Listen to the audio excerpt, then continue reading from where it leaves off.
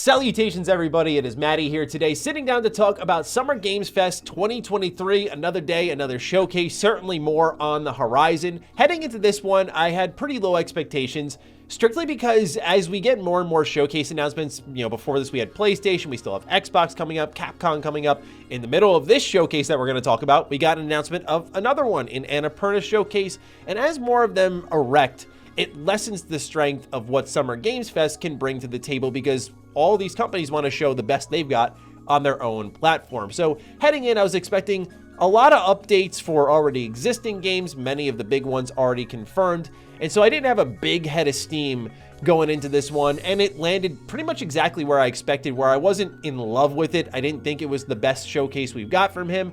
I didn't think it was the worst though. It was okay. It was meh to me. There are definitely games in here that are exciting, legitimately, and there are a couple surprises here and there. But otherwise, there's a lot of mobile stuff. There was a lot of confusing games being made that I was just like, what's going on here? And I just want to share some thoughts on it because I didn't get to stream my reactions. So here we are. In case you missed the showcase, I'm going to save you some time. Let's go through all of the announcements that were at Summer Games Fest 2023. If you're new here and you're looking for all of your showcase coverage, you're in the right place. We're certainly right on top of it with Xbox's showcase coming up next, which let's just say, man, they can really own the show here. They really can come out and dominate the conversation. We'll see if they do. Try not to get my hopes too high on that one. But let's begin with the show opener in a new Prince of Persia game called Prince of Persia: The Lost Crown. It's coming out January 18th, 2024. This one caught me off guard because I felt like if we were going to hear about Prince of Persia, we'd get the Sands of Time remake update.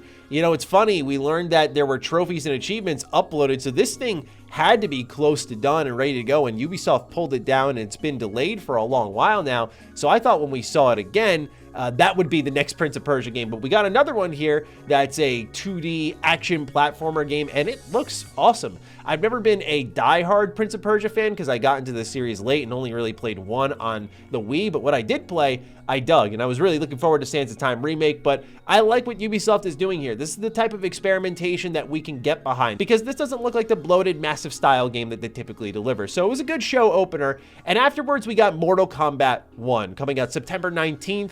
Oh God, bro, this game is disgusting. I'm almost hesitant to show any of the fatalities because they do go that OD on them, and it's like, okay, that is nasty. I'm talking like he yanked his head out and you saw the whole vertebrae come. I was like, man, prayers up to the artists who had to go and do research and then draw that out. Disgusting, man, but amazing. I really like how they have cameos where you get like tag attacks kind of coming in. A little disappointing that we learned during this little showcase that some of these cameos are just that. They're just the tag attacks. So possibly someone like Sonya Blade or Kino and some other characters that were shown may not be playable. And so I feel like that's going to lead to a lot of folks being disappointed. But Ed Boon said they're trying to dig back into the history of Mortal Kombat characters and kind of bring them in as cameos instead of fully playable characters. I'm curious if that'll be a okay thing for the community, but Kenji's back. That was awesome to see. It was a great looking game. I'm not in love with a lot of the costume designs. I get it's going for the more OG, like straight up MK, the original, in its costume design, but there are characters that like Raiden, not really feeling it. I do dig the later games Raiden appearance, but a skin will solve that. Nonetheless, very excited for this one, and not much longer to wait for it either. So it looks like this year between Street Fighter 6, maybe even Tekken 8, and now we have Mortal Kombat 1. The fighting game scene is really picking up this year, which it's typically slower, so this is great to see. After this, we got a look at Path of Exile 2.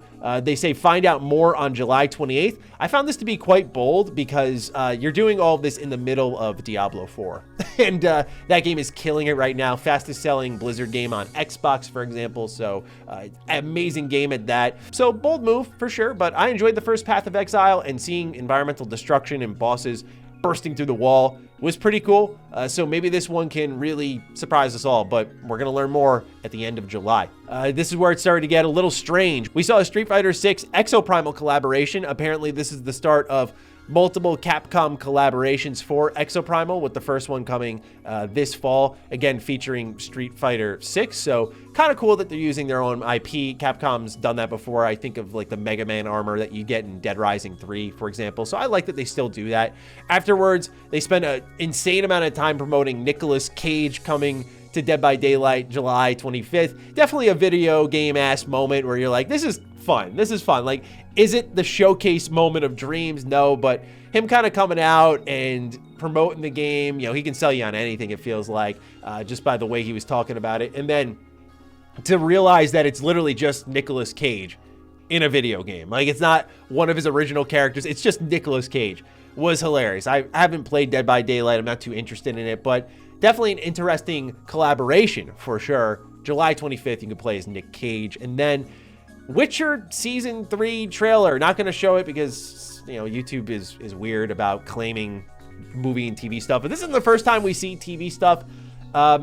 Yeah, this is where Xbox got it right already, because they confirmed no TV, no movies. And we saw it with PlayStation with Gran Turismo. We're going to see Twisted Metal here. We see Witcher 3. I'm just like, when you call it Summer Games Fest, only show games. Good God Almighty. Especially, Witcher is great, by the way, but just not the place for it. Especially when there was rumors of CD Projekt Red pulling up with Phantom Liberty. I don't know. I thought this was maybe leading into more CD Projekt Red, and when it's just that, definitely a little disappointing. And they showed off more of Witchfire. This one was exciting, but then early access September 20th, 2023. Game looks cool. Some Doom vibes for sure. When I see early access, it's like, okay, see at the final date. That's just my mentality. I don't have the energy for these early access games. There's enough bad games releasing at full price now, calling themselves final, that should be early access. So to me, the early access tag, it's just an avoid at all costs type of approach. It's like, okay, looks good. We'll see how you are at the final release. Then we got a look at Remnant 2. This one's coming out really soon, and I wasn't aware of this. July 25th this year. And Remnant 1 was great. And so getting a sequel to it that really leans into what looks like more sci-fi and machinery, I'm all about it. Like, I thought the first one, again, was incredibly underrated and under-discussed, so I'm happy they're hanging with it. I think they have a really cool world here. I like that it focuses on third-person shooting, guns, that type of stuff, and co-op play, because it feels like it's one of the few Souls-inspired games that didn't just say, okay, let's strip all the UI down, let's pull the camera out really far, let's make enemies really difficult, have Gregorian chants in our boss fights, and bada bing, bada boom, there's our Souls-like. It feels like this one tried to genuinely separate itself, and so I'm glad to see they're hanging with it, and it looks phenomenal, so I can't wait for Remnant 2. Afterwards, we saw Sonic Superstars. Okay.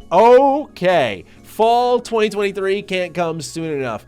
You know, little touch of Sonic 4 vibes, you know, with the mix of like 2D and 3D, but I love the experimentation here. Like, Sonic Frontiers was a great surprise to me, and I really found my love for Sonic in the last year and a half now. But Sonic Superstars, guys and gals, I gotta say, I love the multiple playable characters. My man Shadow's not there, though. Come on. Start giving Shadow some love. Stop selling him as DLC, for God's sakes. But it looks like a really good time. It's like playing online with your friends. It seems like there's mini games. It just looked like such a good time. And I was ready to start waiting a long while for more Sonic, because we're hearing, you know, though, that they may be looking into doing Adventure 3 one day. And then, you know, there's obviously going to be a sequel to Frontiers, because that game did insanely well, and so on and so forth. So I just felt like we weren't going to hear from a Sonic video game for a while, but to get one that looks so quality so soon, I'm crossing my fingers it delivers and isn't like all buggy and glitchy and stuff. But man, Sega might be cooking this fall between this and then rumors of Persona 3 Remake this fall. Oh man, Maddie's gonna be eating too.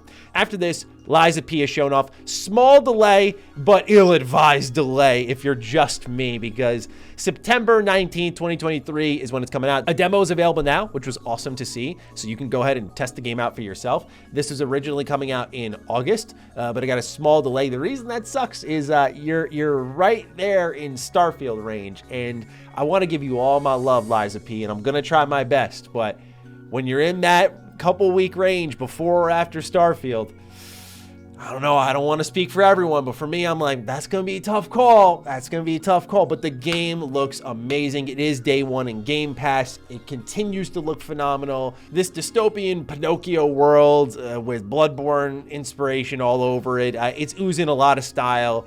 I can't wait to get my hands on it, even if it may be a little late. We'll see how that all goes.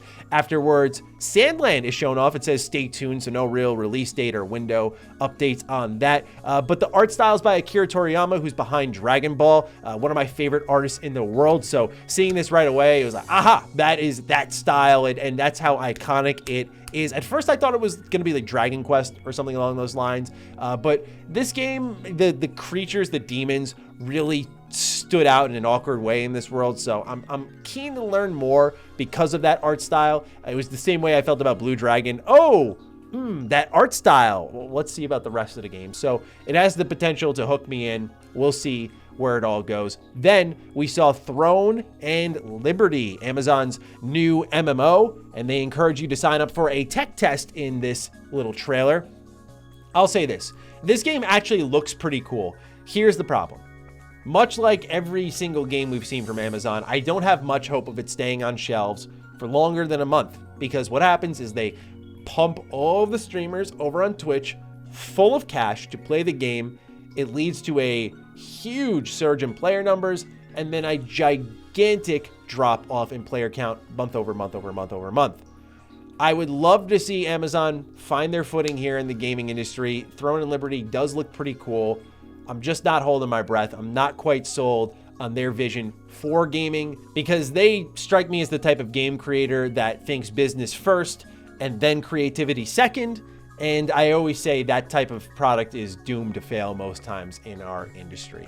So we'll see how Throne and Liberty sets itself up, but looks pretty solid from just gameplay alone. Afterwards, we got a look at Warhaven. They had a beta a while ago. I wasn't aware of this game until now, but kind of reminds me of Lord of the Rings Conquest, which is an easy way to win me over. I loved pandemic games, and so it was that as well as For Honor, which I'm surprised not many people, I mean, for all Ubisoft copies, I'm surprised no one returned the favor and said, oh, yo, like, let's do this For Honor idea. So this game actually reminded me of that. And it looks like a lot of fun. I thought the UI in the trailer was really jarring, but I appreciated them selling it as the experience currently is. That's what we need more of in this industry. It's coming out fall of this year. And yeah, I'm interested for sure. Like, I'm usually not crazy about these multiplayer games. I just love my single player games. I am a traditionalist in that way. But this one reminded me enough of games I love while doing enough crazy and frenetic things in the trailer to grab my attention and say, hey, if it drops and I got some time,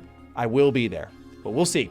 Afterwards, we got to look at Xbox exclusive Party Animals, which has a release date. So you can kind of check this one off the showcase list probably, which is coming out September 20th, 2023. So Game Pass better do some heavy lifting for Party Animals, because I think a lot of Game Pass users are going to be over into Starfield. We will see, though. Maybe the numbers will tell a different story. Afterwards, we get Alan Wake 2. There was a long section of talking on stage, but then we get some actual gameplay here. Our first gameplay reveal of it. This game is coming out October 17th, 2023. I really, really like what I am seeing here, especially the movement. You know, the way that the character would dodge attacks, and even the way that they're incorporating light usage with the gunplay. It's such a Remedy game, man. Like, you just immediately look at it and say, okay, what's going on here? I want to learn more. To the point where I want to do a replay of Alan Wake 1, because it's been probably a decade since I've done that. And then also play Control for the first time. That's something I'm ashamed I have missed out on.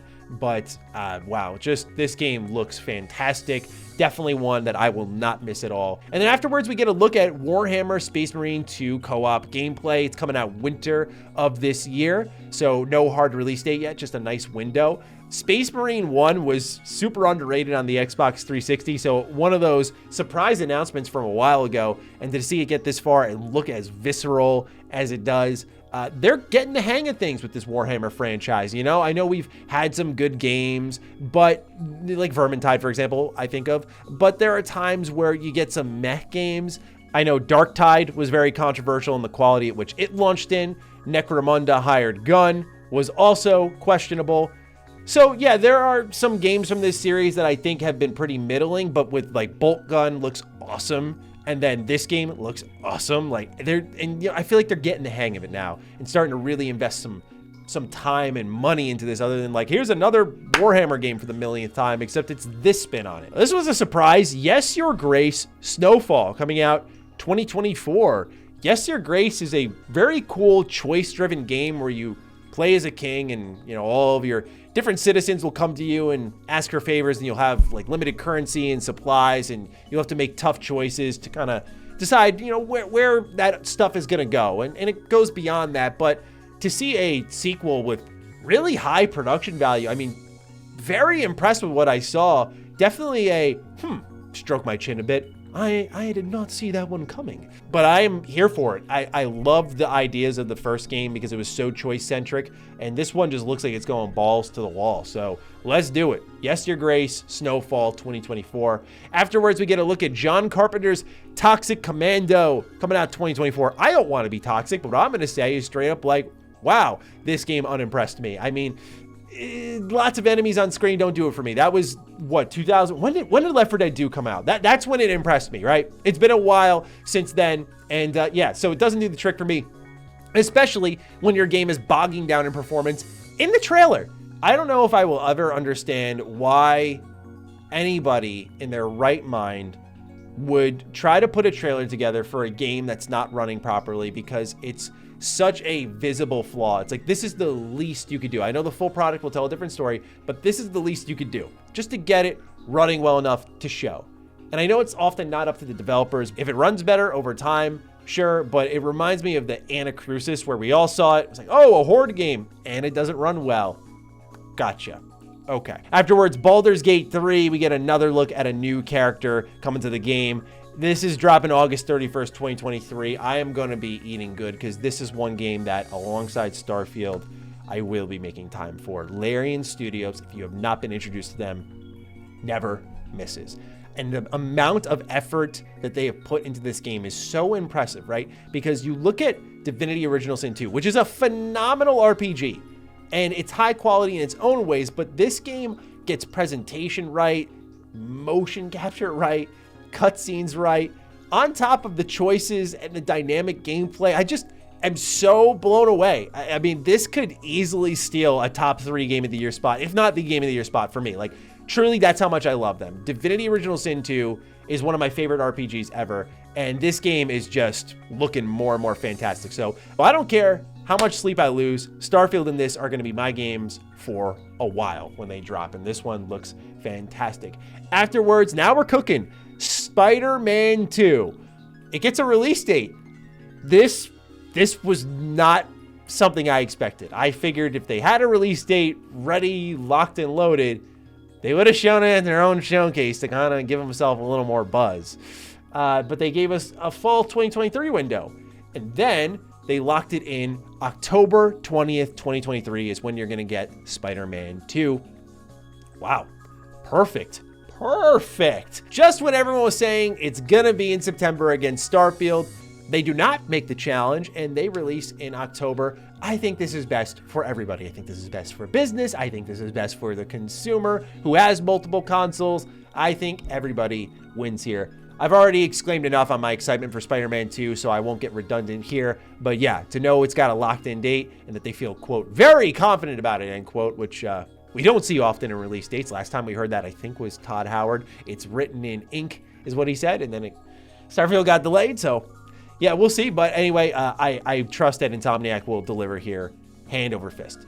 Afterwards, we got to look at copyright. I'm sorry. This is actually Palworld, and I'm imagining Nintendo's lawyers are foaming at the mouth with this one. Palworld is entering early access January 2024. Look, there is taking inspiration in art style and gameplay. We are 100% in the copycat industry, and as the saying goes, the best art is steal, right? But this is highway robbery in some instances. This is Lucario, bro. I don't know what else to say. This is heinous at times. There's an Eevee in here. There's a Latios in here. I'm just sitting there going like, okay, there's taking inspiration from the creatures of Pokemon, and there's outright just doing what they did. But I imagine the thought is, well, Palworld differentiates itself with guns. And I hope that they show out, right? Like, I really do, because I think Pokemon needs some strong competition. Temtem World looks awesome. And then this game is interesting for sure, but the creature design was so shamelessly ripped off, in my opinion, that it almost disengaged me with the game entirely. I'm like, I don't know if I really want to play this. Like, where's the creativity in the creatures? I know that sounds extreme to some. Many won't care. They're like, yeah, give me Pokemon with guns. Afterwards, we got to look at a new Lord of the Rings game. Probably not something everyone wanted to hear about after Gollum, which I reviewed and is the worst game of this year. But we get Lord of the Rings Return to Moria. It's coming out fall of this year. I don't know how to feel about this one. There's building elements. You know, I heard Gimli's voice. I'm like, okay. I'm interested to see what it turns into because it looks like there's some action gameplay. I feel like it's funny. We talked about Warhammer finally getting it. I feel like Lord of the Rings is in that same pocket. You get a Gollum. This game also doesn't look super high quality. And then you get something like Shadow of War, Shadow of Mordor. And I don't know why we're doing all these little random pocket games. Again, I don't want to speak too definitively here because this could be great, but I don't know why we're getting all these little pocket games and not getting like that big budget tentpole style Lord of the Rings game that clearly lots of people would line up to purchase. We'll see how it turns out though. I will stay open-minded because I love Middle Earth. Afterwards, we get a look at Final Fantasy VII Ever Crisis. It's mobile games, pass for me. Banishers Ghost of New Eden. This is Don't Nod Cooking. You know, developers of Life is Strange, developers of Vampire. This is more in their Vampire bag with good-looking gameplay coming out the end of this year, so count me in. I still want that Vampire sequel, Don't Nod, but this will absolutely do. Very choice-focused, which I like, so I can't wait to see how this one turns out. Looks really high quality. Then we get Like a Dragon Gaiden. It's coming out November 9th, and yeah, look, like a lot of people on Defining Duke clown me for this. I am a Kiryu stan through and through. I do not like Ichiban from Like a Dragon. Sorry, did not click with me at all. But Kiryu, give me more of this, man. This guy is amazing. So very keen on this one coming out this year. And Yakuza just really making its way and constantly releasing games. I'm super impressed with the output here. Then we get a look at a new limited Forza Motorsport console that's available in a sweepstakes. Kind of on that. Fae Farm is shown off. Kind of cozy farming game coming out September 8th. To Switch. Not in love with it, but I feel like people who do love cozy games may find a home here, but not something I was crazy about. Marvel Snap announced a brand new mode. Then we got to look at another mobile game, King Arthur Legends Rise. Again, like I'm saying, this showcase was just packed with so much mobile stuff, and I get it. They got the money. They got the money, no doubt about it. But like in a games showcase where people are looking for console quality stuff, I find it a hard sell to kind of put mobile stuff in here as like big trailers that take up showtime. But nonetheless, we saw Wayfinder, which is entering early access this summer, and then Twisted Metal, which is debuting July 27th. Again, can't show it, so you're gonna have to look at my mug here for this one. Ah, man, we got our first look at Sweet Tooth, not in a vehicle at all. What? Who greenlit that? Who greenlit saying this is the first look at the show? I'm not going to judge the quality yet. It kind of gave me, though, live action ad for a Twisted Metal game rather than an actual Twisted Metal show, especially the set. Like, I am not a movie, film, show critic by any stretch, but even I looked at the set and went, again, this gives me, like, advertisement vibes, not, oh, we're really putting money and time into this vibes, but I digress. Twisted Metal, July 27th, if you're keen on checking it out over on Peacock. Then, Lisfanga, the Time Shift Warrior. Really cool art style for the cinematics. It's coming out this year, but then the gameplay showed up, and I was like, okay. And afterwards, we get another look at Immortals of Avium. EA got some real big marketing money, I guess, because this is at every single showcase. It is ebbing. It is starting to edge its way towards that Deathloop territory of, oh, there it is again. But fortunately, it's coming out very soon, so this is likely going to be one of the last trailers we get for the game outside of the official launch trailer. Game looks amazing, though. Like, I gotta say, in all transparency, I did do a sponsored post, but I didn't work with EA on it at all. But I digress. Game looks really good. Really, really good. I'm shocked it's an EA Originals program game. But last game of the show, Final Fantasy VII Rebirth, coming early 2024 on 2 discs. This game looks amazing. we saw Red 13 playable. Yuffie, of course, from Intergrade is playable. Was really hoping they pulled the trigger and show off some Vincent Valentine. I know they got to have this in the back pocket, probably for a date closer to the launch of the game. But, oh, if they show off a Vincent Valentine, I will lose it. But this looks high quality, much more open world feeling here compared to what we saw with the first Final Fantasy VII Remake, but I'm all aboard on this. Like, after playing Intergrade over last winter during my winter break, I just really fell in love with this universe again. I've always loved Final Fantasy VII, the original. The remake was fantastic. It's a high-risk play, given some of the changes they're making, and I feel like they teased something towards the end of the trailer that was kind of... Is that saying... I don't want to say what, because it does spoil base Final Fantasy VII, and I know there are a lot of people who have played it, but many who haven't, who want to get into it.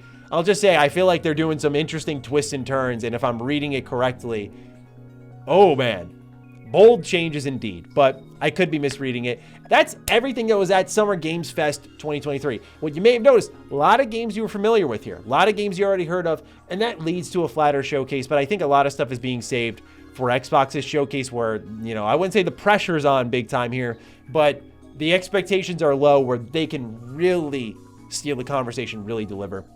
So we'll see.